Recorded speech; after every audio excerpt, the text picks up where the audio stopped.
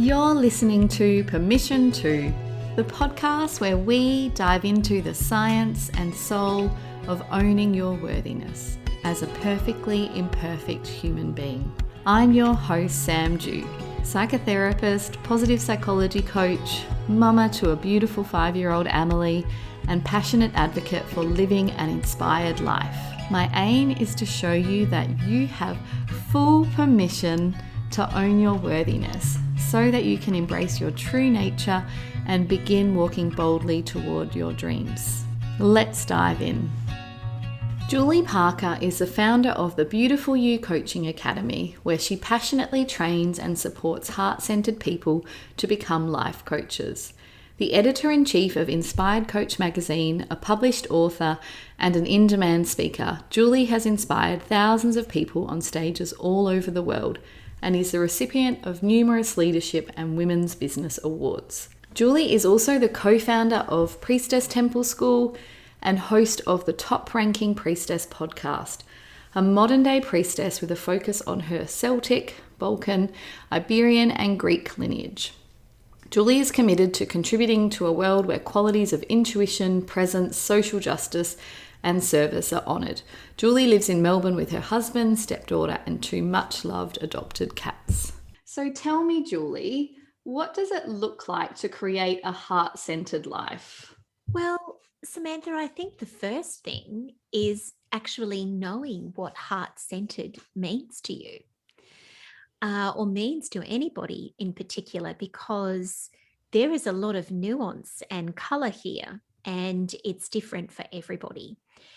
And so if anybody wants to live a heart-centered life, the first thing is you have to get really real and juicily honest with yourself around what that might actually look like for you and what it means to you, and even what your heart means to you and what connecting with that means. Because let's face it, we're not really walking around in life having very many people ask us such a powerful question. You know, we're going through our day and people might be asking us, how are you? Or what are you having for dinner tonight? But we're not necessarily really asking ourselves questions or each other questions like, what does it mean to you to live a heart-centered life? And so getting in touch with what that truly does mean for us is going to be the starting point here. And as I just mentioned, it's going to look different for everybody. But I think at the core of it, it's going to be intuitively and soulfully what feels good and aligned for you. It's like not what other people are telling you to do, not what society might be sending you messages about that you need to turn up with or do or look a certain way or earn a certain amount of money or have a business that looks a particular way, but simply what feels right and aligned for you from a place of soul and a place of heart.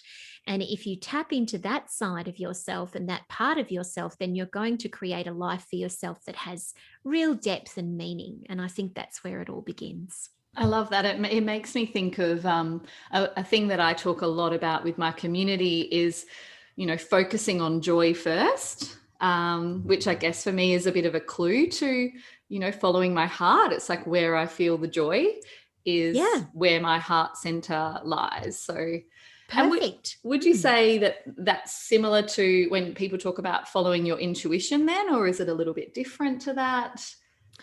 Look, I think our intuition is different, but it's certainly going to be something that can help you tap into your heart, because really, you know, we're talking about tapping into your heart as the lifeblood and pump of your being, getting out of your head, so to speak, and really, really grounding into your body, you know, that depth of your chest cavity where your heart really lives. And so, you know, for anybody to be able to do that and remove themselves from their monkey mind and all the thoughts that you might have and our ego and tap into your heart, then listening to your intuition and your soul voice is going to be a pathway to taking you there.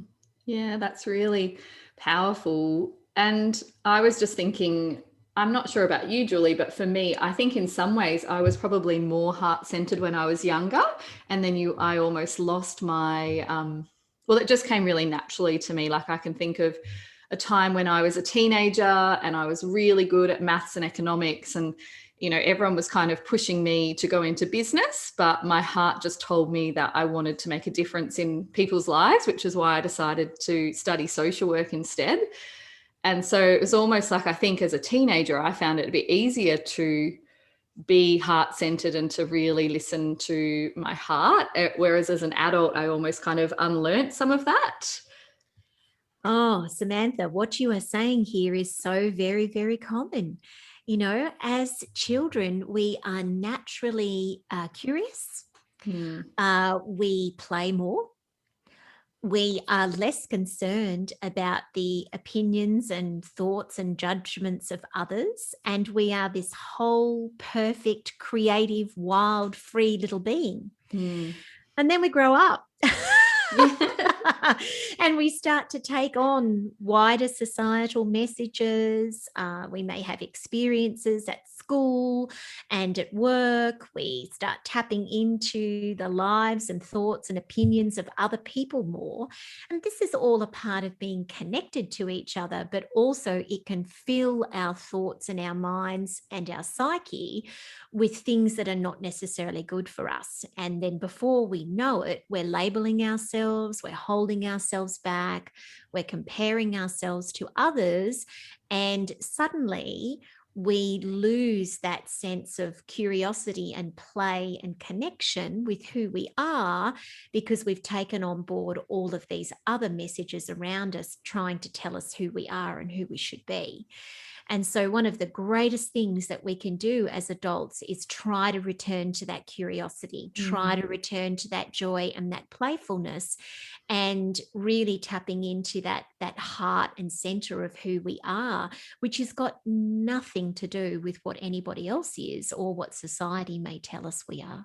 Yeah, and I think naturally children and teenagers, they're more willing to kind of rebel against what people think they should do, right? It's like, when I did decide to study social work, I had so many like, oh, why would you want to do that? So much negativity. But I was kind of like, no, I'm going to do it. Like, don't worry about what everyone else thinks.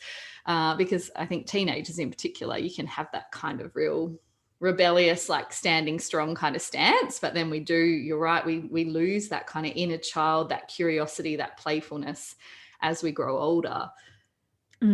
Yeah, we certainly do. And to a certain extent, that's a part of, growing up and becoming an adult. And we have responsibilities and lives and bills to pay and taxes and, children to feed and all of those kinds of things. And nobody is, making any suggestion that we should throw all of those things away or that that's not reality. But it's about how we can commit to being an adult and a self-responsible one as well, but also understanding that that does not mean needing to step away from joy and play and curiosity. And in fact, it makes it even more important that we do so. Oh, that's so true. And I was just thinking, it's often a story that I find a lot of mums I work with have, like, oh, now that I'm a mum, I can't choose the things that my heart yearns for. And now that I'm a mum, I need to put myself last. And mums can lose that heart-centered kind of living as well. So it's kind of balancing the responsibilities and the joy of being a mum with still kind of tapping into our own desires. Oh, for sure. And that is not an easy thing to balance. It's not there is no line or box there. It's something that is different for every person and may wax and wane at different points in our lives and times. But, one of the things that I think is always really powerful for us to remember is that as we get older and we look back on our lives and think about our parents and what they were like when we were children and we become adults and, have children of our own, is that so often when we think about joyful experiences as a child, it's when our parents or caregivers, grandparents, aunties, uncles, and things like that were playing with us, were creative with us, were laughing with us, were silly with us.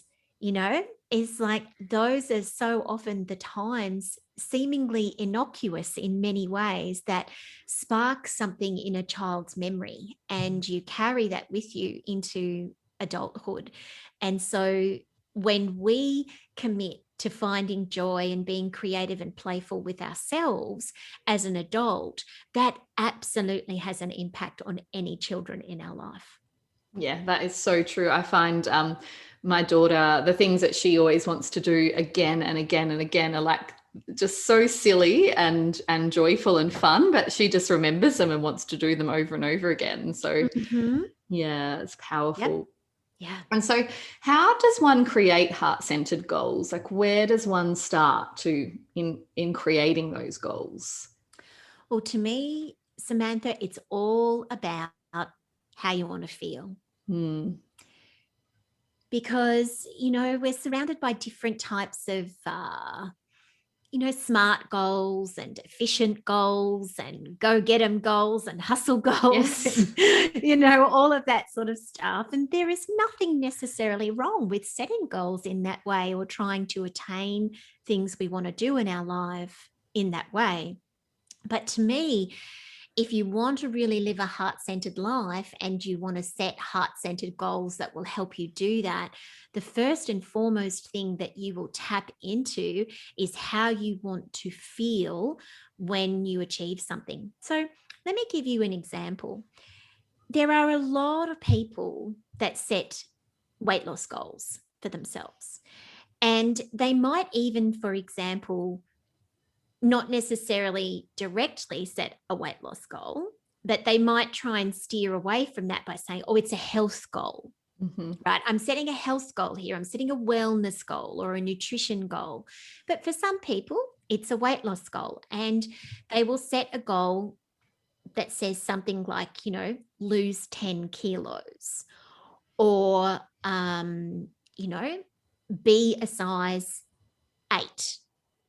And that's the goal that they set for themselves, and they set out trying to achieve that. Now, the thing that I have learned now after coaching thousands of people, both one-on-one and in groups from all over the world, is that so very often those goals end up deeply disappointing people. And not only do they disappoint them, but they can, in fact, dent their confidence and their self-esteem when they find themselves on, quite literally, pun intended, a bit of a treadmill that means that they're going around and around in circles. And even if they do achieve that goal or come close to achieving it, sometimes they still don't get what they want, even though they might lose those 10 kilos or they might become that size 8. And the reason for that, I've found time and time again, Samantha, is because they're focusing on the number or the outcome rather than how they actually want to feel when they reach that destination. And this is where we see people who lose weight and are still unhappy, or people who become a certain size and then expect that all of a sudden they'll become the hottest date in town, and there's no Prince Charming on a white horse, or even someone to buy them a cocktail. And they're like, hang on a second, I thought that becoming thinner meant that I was going to be desirable and attractive to people. Like, what is that about? And why isn't this happening? And why have I lost all of this weight? And I still don't feel confident, and I still don't feel good about myself. And so when I'm working with people, and I'm a huge advocate and component for the fact that don't set goals that have outcomes like that, but instead focus on how you want to feel. And then you've got a heart-centered goal. And so a much, much better goal for those types of achievements that someone is trying to aim for is something like, feel the most loving and confident about my body that I've ever been, or feel amazing when I leap out of bed every day. Now, that may involve weight loss or a change in size for some people. And there's nothing wrong with people wanting those things, but the focus of the goal is different. It's coming from the heart. It's coming from how someone wants to feel. And so often, if people just aim for that in their life, then no matter what happens with that goal, it will be the journey where they will find the joy and the heart and the feeling. And the outcome that they want will become so much more lasting than just that number on the scale or the tag in the back of their clothes. That's such a great point. And I was just thinking that when we focus on how we want to feel, it also allows us to go a lot deeper and to do the inner work that we need to do. So instead of thinking about, well, I need to lose weight, actually, I want to feel confident. What do I need to do? What do I need to shift in my mindset and the stories I'm telling myself to feel confident? So it goes a lot deeper, doesn't it, when you set a heart-centered goal? It completely does. And that is so richly important for anybody that wants to live a heart-centered life. If you just want to skim the surface and you don't actually want to go deep and you don't really want to get to know yourself and you don't want to bring out both your shadow and your shine and light and really, really immerse yourself in a world of your own creation, that means that you get to live the life that you want to most live and you get to leave a legacy that you most want to leave that touches people's lives in however way that might be, then you'll absolutely go deeper and you will commit to the work that is required that those sorts of journeys take. And you'll reap the rewards for doing so too. And it will feel so much more meaningful, I think, as well. Absolutely. Yeah. And have you always lived a heart-centered life, or was there a pivotal or life-changing moment where you chose heart-centered living? Samantha, I don't think there is a pivotal moment. This is such a wonderful question. And I'm not really certain that I can sit here and say, oh, yes, I've always lived a heart-centered life. It's like, I don't know. I think back to myself, was I living a heart-centered life when I was, a university student and going out drinking with my friends 3 times a week and trying to remember to study and turn up to class and dealing with guy problems and all that sort of stuff? I don't know. I mean, probably not really. But then again, that's normal. That's what you do as an 18 to sort of 23, 24-year-old. It's like, that's what life is in many ways at that point in time. And so, I don't necessarily think that I could say I've always been living a heart-centered life. But then again, there's also, when I look at it from another perspective, there's another part of me that thinks, well, yes, I have been, but I don't necessarily know whether it's always been by design or by conscious choice. I think to a certain extent, it's just ingrained as a part of who I am. And I think also partially it has to do with my upbringing as well. I was raised by a single mother who's a very heart-centered woman, and she was all about community, service, kindness. What can you do with your life that will make a difference to other people? And I think when you grow up with such a profound role model like that, it's very, very hard to not live anything but a heart-centered life. That's so powerful. So it sounds like in some ways, actually, your heart-centered living began when you were a child, and it was like really encouraged and nurtured by your mum. Completely. Yeah. Yep. I would absolutely say that would be the case for sure. And I also think this is a slightly different tangent, Samantha, but I also think that this is partially connected for me as well, growing up on a farm.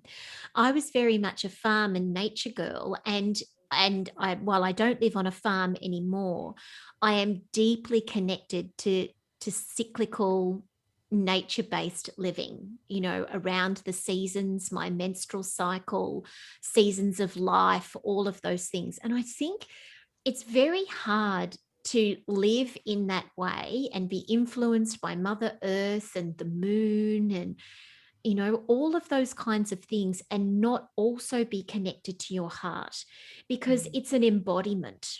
You know, when you commit to living with the cycles of Mother Earth, the moon, your own natural blood cycle, and more, then you're really committing to your heart as well. It is a part of the embodiment of that. You're moving out of your cerebral brain and just thinking all the time, and you're actually grounding yourself into the seasons and the cycles. And I think that that's a really significant part of being heart-centered. At least it is for me. That makes total sense. And would you say if someone is kind of new to that cyclical way of living, where would they start to, you know, begin to tap into that? Yeah, well, I think it's firstly about just being conscious of even what season it is in life. Like here in Australia at the moment, we are at the height and a little bit past really of autumn, and we're coming into winter. And so from a seasonal perspective, autumn is a time of harvest. It's a time of gathering all of the things that you have learned over the bright, shining summer, and really taking that and nesting with it, learning from it, being grateful for what you've gleaned, and thinking about the impending winter that is coming up. And the fact that during winter, things are slower, they are darker. We move at a more gentle pace. And one of the things that impacts me in regards to that is the fact that during winter, and I'm sure many people feel the same, but maybe if they're not connected to cyclical living, understand why, we don't go out as much. We don't do as much. Everything is a little bit slower. We probably stay in our pajamas and socks a little bit longer on the weekends than we normally would during summer, when we might be up earlier and out and about. And these things influence how we play, what we do. They influence our business. For example, I would never have a huge launch in my business in the depths of winter. I just wouldn't do it, because it's more of a time of rest and slowness. And so because that's happening with Mother Earth, I try to reflect that in everything that I do. And so a first big step for somebody is just becoming aware of the seasons and what season Mother Earth is in, and what that actually means and how it impacts you. And then you will start to see that there are so many other ways that you can track and get involved with things such as the cycle and season of the moon throughout the months, and whether it is the full moon and a time to be more bright and illuminated, or it's the dark or new moon and a time to be more introverted. And also, if you menstruate, your own blood cycle, and because there is a massive difference in your energy level between when you may be bleeding as opposed to when you might be ovulating. And so, for example, when you're bleeding, that is a connected time to being like winter. It's a time where you should slow down, or you would benefit from slowing down and being much more gentle and introverted with yourself. Whereas when you're ovulating, that's like summer. It's a time when you're much brighter, you've got more energy and shine. And if you learn to track those things and deepen into them as a woman or woman identifying person, then it will change your life, because how you manage your energy and the flow of everyday living just changes to be so much more delicious and easeful than if you don't.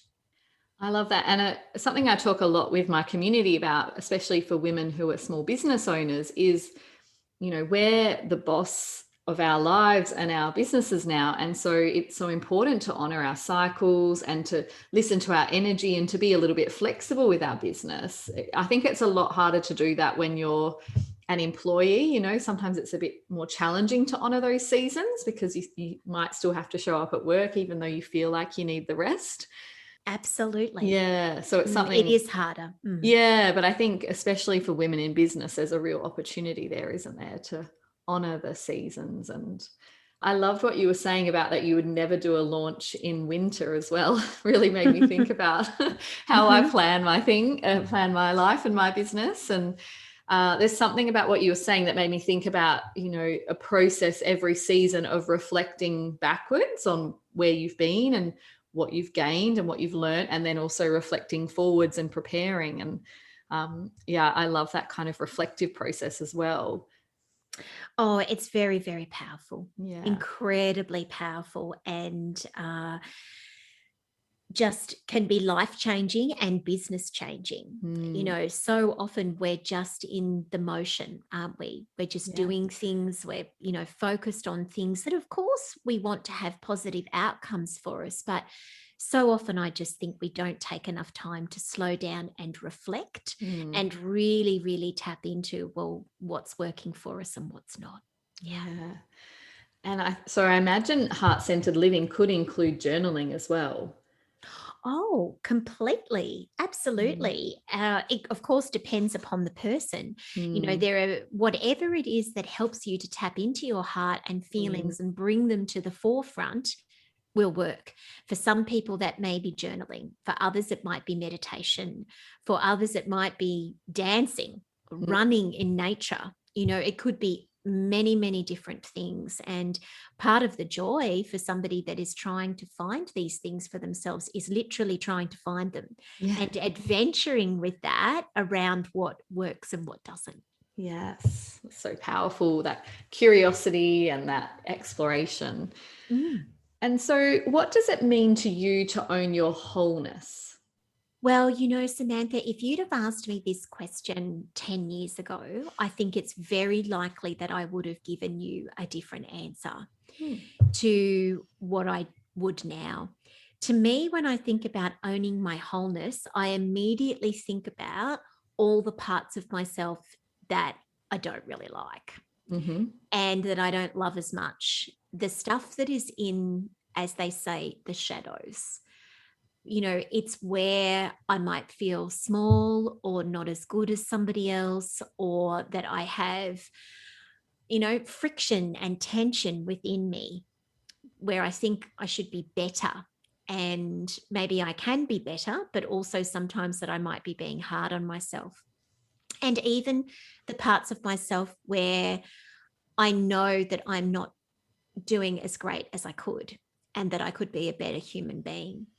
So when I think about owning my wholeness and being whole, it means ensuring that I don't forget about those parts of me too, because it is so much easier to think about all the stuff that I like about myself and the stuff that I'm good at and the stuff where I know that I shine and do well, and just leave all that other stuff behind. But if I'm actually going to really embrace my wholeness, and I think it goes for all of us, if we're going to do that, then we must find ways to love and at least look at and be brave about those parts of ourselves that we don't necessarily love that much. And to understand that all those parts mean is that we're human, that we're on a path of healing and exploration and journeying, and that those parts of ourselves deserve just as much love and attention as any other parts of ourselves that come easily to us. Oh, I find that so much wisdom in that. It's because I find a lot of women and human beings, they look to a coach or a therapist or a mentor to kind of fix them, and that they see themselves as being broken, and that there's going to be some kind of magic wand that fixes them. And when you talk about owning your wholeness, what I have a sense of is that it's kind of releasing the shame around actually the fact that we are all flawed, we are all imperfect, and that's a part of being human. I just find that so powerful. You summed that up beautifully, Samantha. Absolutely beautifully. It is absolutely a part of being human, and any level of denial or resistance that we have around that will only mean that shadow and those parts of ourselves grow deeper and grow darker and become less something that we want to look at. Whereas if we just look at those parts of ourselves and think, well, I'm human. Of course, I experience jealousy and anger and bitterness and resistance and procrastination and laziness and all sorts of things at all sorts of different times in my life. It doesn't mean that I'm a bad person. It just simply means that I'm being called here to look at these things deeper within myself, and that doing so has the potential to change my life. I certainly know that it has for me. And I was really curious as you were talking about how you've kind of changed the way you look at this idea, because I was thinking if you were working with someone who had very low self-esteem or who was very self-critical, would you still encourage them to own their wholeness, or would you kind of be trying to get them to look at their strengths and the positive sides of themselves first more? Oh, both. And yeah, it's both. We can absolutely look at and honor our strengths and our light, while also acknowledging our dark and shadow and things that we are not that great at and need to work on, because we have to stop seeing them as separate. Yeah. This is really, really important. And I can tell from talking with you that you get that and understand that. But we must stop seeing them as separate. You know, when I think of something that is whole, I often think of a circle. You know, I think of something that is round with no sharp edges. And to me, a circle, you know, a moon, a perfect peach, you know, all of those things are they're just the perfect visual for me when I think about those things. And so that means that everything within that circle is influencing everything else. And that's very true when it comes to our own shadow and light. It's like the more that we push into the light, the further away we may get from the shadow, but then the more the circle tips and starts to not become a circle, because it's not whole anymore. We're tipping towards one side.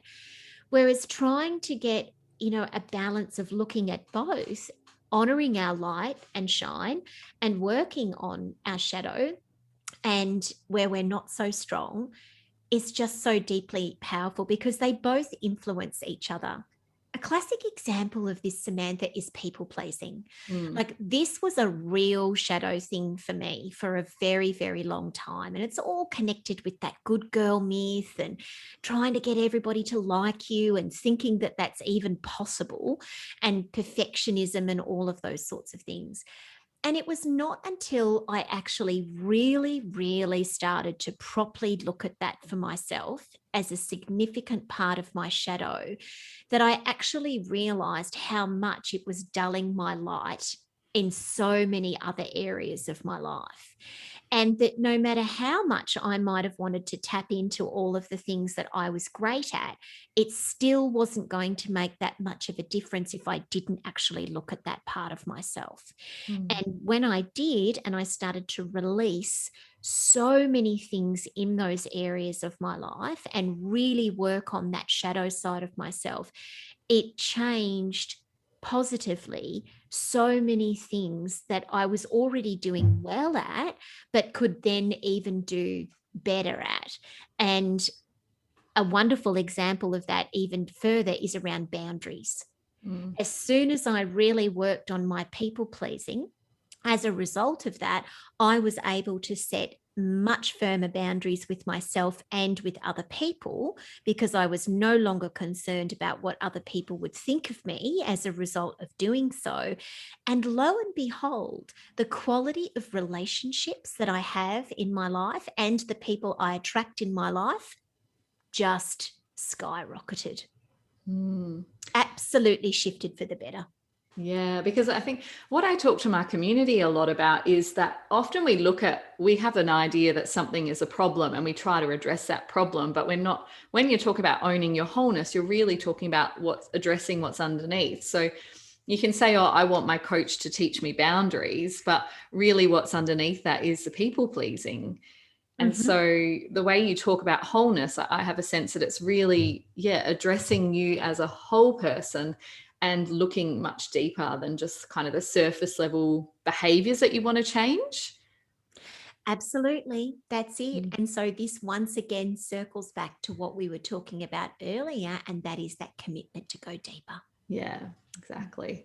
And I was also thinking with wholeness that it's sometimes there's a part of us that can be a beautiful, bright, really positive and powerful part of us, but can also have that shadow and that challenging edge. Like for me, I'm a really highly sensitive person, and I used to see that as all shadow, all darkness, all negative, and I had a lot of shame around it. But as I've really, explored it, what I've realized is, well, it's actually also part of my light, because that sensitivity really supports me in supporting my clients. And it kind of attracts people who are also sensitive to me. I often find that I just, without even doing any marketing in my business, I just seem to attract really sensitive women into my community. Yep, that all makes complete sense. Yeah. So much about what we attract in life in that sort of realm that you're talking about is energetic. And, there are a lot of systemic barriers that exist and play into, what may present as challenges and difficulties for some people in those areas. There's no question about it, but ultimately in the end we are all responsible for our own personal energy, and the more that we own that and who we are, the more that we will have the capacity to attract exactly who it is that is meant to be and right for us, even if we don't realize that we're consciously doing it. Exactly. And not, it's about not looking at things black and white, isn't it? Like if I just said, oh, my sensitivity is a problem, I need to fix it, it's really bad, I would have missed out on all the depth of owning the wholeness of who I am as a person, and that there's actually a lot of strengths and positive qualities within that sensitivity as well. Absolutely, without question. And it's exactly the same for anybody that has a very different personality to you and might be less sensitive or, have just different skills and qualities. And this is where, particularly for the business owners that are listening, it is just so vital that you embrace your true and authentic nature, whatever it is that you know that to be for you, because trying to be anybody that you're not, first of all, is exhausting. Yes. We know this, that after a while, the mask becomes very, very heavy and it just drags you down and you lose touch with who you really are. But more than that, in the world of business and the online world and entrepreneurship, there are literally tens of millions, billions of people around the world with different personalities, characteristics, thoughts, needs, desires, and they're not all going to be served well by only one or even a handful of different types of people. We all need different people. And so the more that we can embrace that true nature, the more likely it is that amazing people that connect with that true nature will come towards us. I love that. But I think the magic is in the difference, isn't it? Yes. In owning your difference. It certainly is. Yeah. And so what would be your top tips for anyone who is seeking to experience more wholeness? Well, I think it comes back to what I was talking about earlier from the perspective of don't be afraid to go to the dark side. It's like if you really, truly want to embrace every aspect of who you are as a person, then even just doing a simple exercise like sitting down with calmness and as few distractions as you possibly can, whenever you can, even if it just is for 5 minutes or 10 minutes to start out with a day, maybe with pen and paper nearby you. Make sure you've got some fresh air surrounding you, even if it's through a window in a room, and just literally sitting down and asking yourself, tapping into your heart and asking yourself, what do I really need to work on right now? Where is my darker heart and being calling me? What do I know is not working for me at the moment about me? Not about anybody else, But where am I not fully showing up? Where am I afraid? Where am I holding myself back? Just see what comes up. And don't try to edit yourself. Don't try to push it away. Don't try to temper it or sugarcoat it in any way. Let it all come out. And with that pen and paper, or if you want to voice record it for yourself, if that works better for you, just let it all flow. And keep doing that. Maybe for a couple of days, maybe for a week, maybe for a month. And put it all out there and down. What you will find is not necessarily anything that won't be painless and won't be challenging and won't be difficult, but oh my goodness, Samantha, what you just give to yourself when you do that is absolute gold into the depths and core of who you are and everything that you need to lovingly and compassionately and with an open and giving heart work on for yourself. And that in and of itself is the greatest big step that you can take towards your wholeness. I just got chills, Julie. Like, all of those questions are so powerful. I want to go and do them all right now. Yeah, really powerful questions. Yep. Yeah. And it's also creating that space, isn't it? Just to connect with yourself and slow down. Oh, that is an imperative part of this. You know, you cannot live a whole heart-centered life if you are not finding ways to be with yourself. You have to be with your heart to be a heart-centered person. And even if that is just a cup of tea and quiet for 10 minutes in your day, but hopefully you can find at least every few days or once a week or so more than that, it's imperative. It's absolutely imperative, because if you don't give yourself that time, you won't be able to hear that tick, tick. You won't be able to hear the rhythm of yourself. And that's so vital to being heart-centered and whole. Absolutely. Thank you so much, Julie. I could just listen to you all day. You have such a beautiful, soothing voice and way with words. Before we wrap up, is there anything any final words that you want to add? Any final words of wisdom? I'd just like to maybe say to everyone listening, Samantha, that you are absolutely glorious and okay and perfectly imperfect as you are right now. That there's nothing that you can find on a journey to wholeness that means that you are any less than who you are in this very moment, or certainly less than anybody else. And if you give yourself that grace as you embark on this journey, you will never, ever steer yourself wrong, and you'll continually keep coming back to your heart and what that means for you and living a heart-centered life.